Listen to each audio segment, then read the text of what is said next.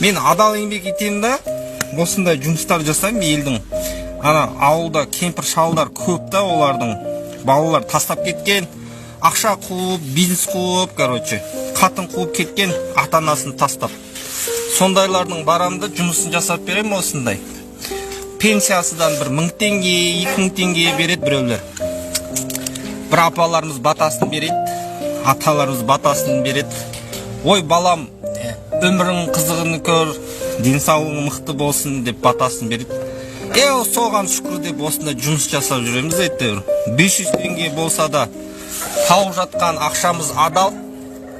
Біреудің ақшасын жеп жатқанбыз жоқ та. Адамдарға мынандай өмір ұнайды екен. Біреудің ақшасын жеп, сөйтіп байып алған адамдардың өмір қызық екен да. Сондайларға апарып қызыны құлдыққа береді екен. Біз сияқты бүйтіп адал еңбекпен ақша тауып жатқан адамдарға қызын бермейді. Өйткені бізде условия жоқ қой.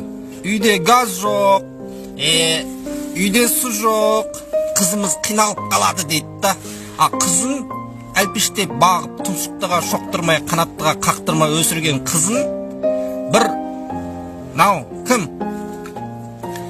Пара алатын бір адамның баласына береді да. Өйткені болашағы күшті болсын дейді да. Көрдіңдер ма? Адамдар қандай деңгейде келешегін ойлайды. Мен сияқты жігіттерге қызын бермейді. Неге? Ақшасы жоқ дейді да. Қазіргі адамдарға ақша керек. Адамдың қадір қалмаған.